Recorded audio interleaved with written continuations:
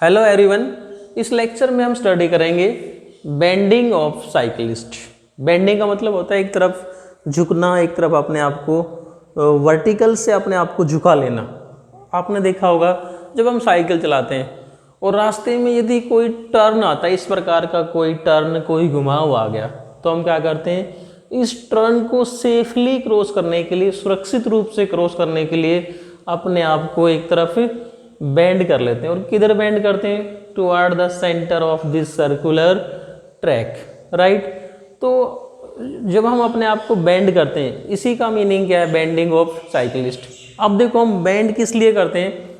यदि हम अपने आप को बेंड नहीं करते हैं, सिर्फ अपने आप को वर्टिकल पोजीशन में रखते हैं और इस सर्कुलर ट्रैक को पार करने के लिए, we know that in order to move in a circular path every body require centripetal force.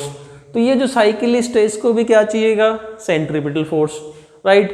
अगर ये अपने आप को झुकाता नहीं है, बेंड नहीं करता है, तो इसको जो सेंट्रीपिटल फोर्स मिलेगा वो केवल frictional force between tyre and road, केवल जो फ्रिक्शनल फोर्स है वो ही सेंट्रीपिटल फोर्स प्रोवाइड करेगा।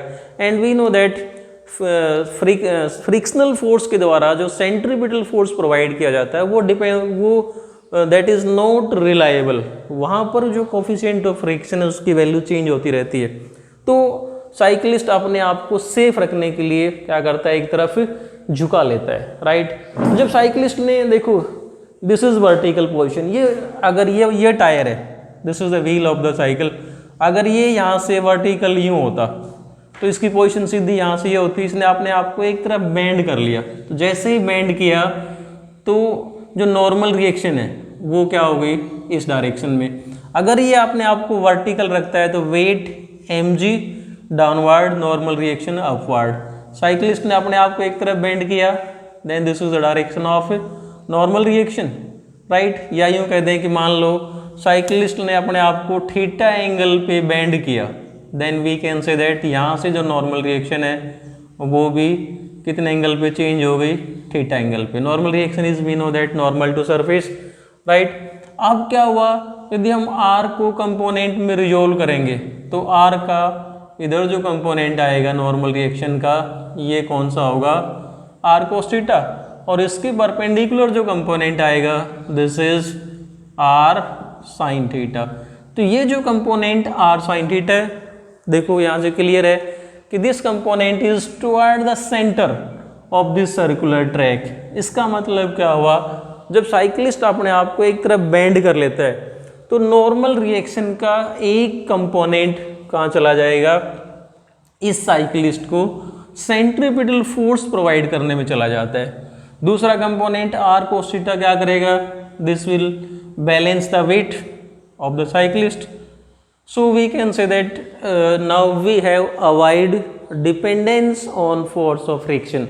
अब हमने फोर्स ऑफ फ्रिक्शन को अवॉइड कर दिया, जो सेंट्रीपिटल फोर्स प्रोवाइड करने के लिए। पहले अगर वर्टिकल पोजीशन की बात करते हैं तो हमने ये कहा था कि सेंट्रीपिटल फोर्स केवल फोर्स ऑफ फ्रिक्शन प्रोवाइड करेगा। जैसे ही हमने बेंड कर लिया, साइकिलिस्ट ने अपने आप को बेंड कर लिया, तो फोर्स ऑफ फ्रिक्शन कौन प्रोवाइड करेगा, one component of this normal reaction. So we can say that various forces in this case. अब यहाँ पे जो फोर्सेस जो लगे हुए हैं वो कौन कौन से हैं देखते हैं हम।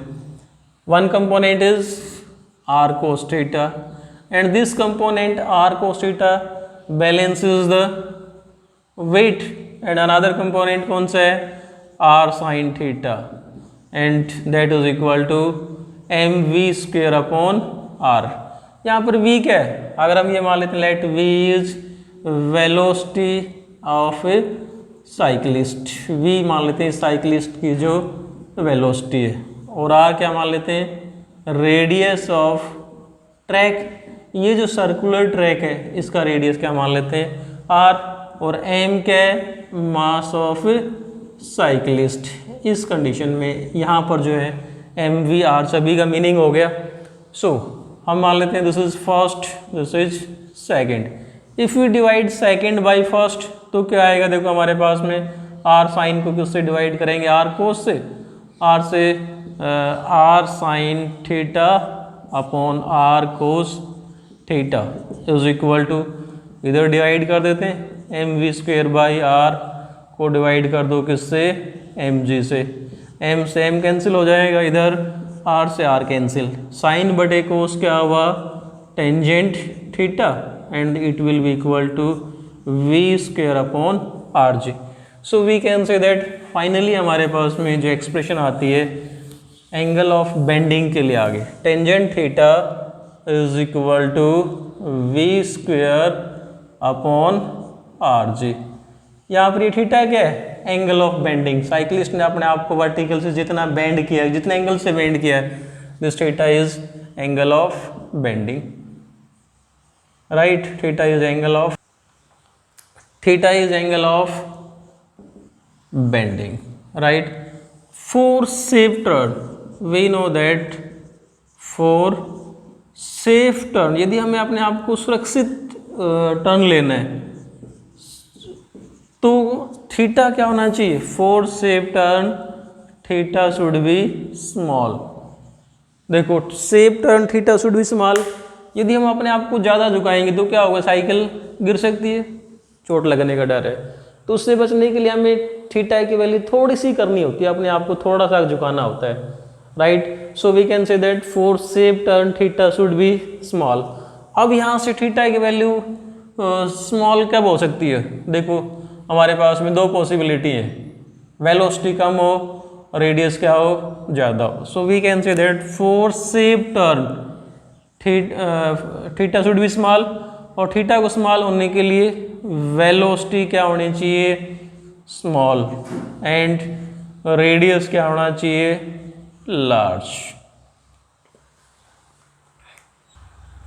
सो फॉर सेफ टर्न, आपने देखा होगा ना कि यदि हमारे रास्ते में हम साइकिल चला रहे हैं और रास्ते में कोई टर्न आ गया तो हम क्या करते हैं, अपने आप को थोड़ा सा धीरे कर लेते हैं, और जो ये टर्न, इस टर्न का, इस घुमाव का रेडियस जितना ज़्यादा होगा उतना ही आसानी से हम बिना रिस्क लिए आसानी से उस टर्न को पार कर सकते हैं। So we can say that for safe turn, तो यहाँ से हमारे पास में फाइनली क्या निकल के आया answer, for safe turn, right. We can say that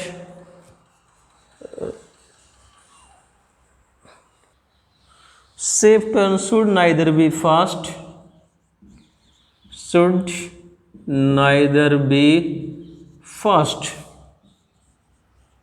और sharp.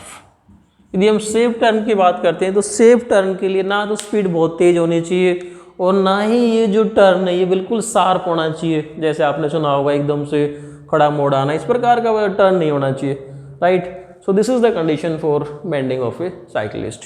Thanks and keep on watching.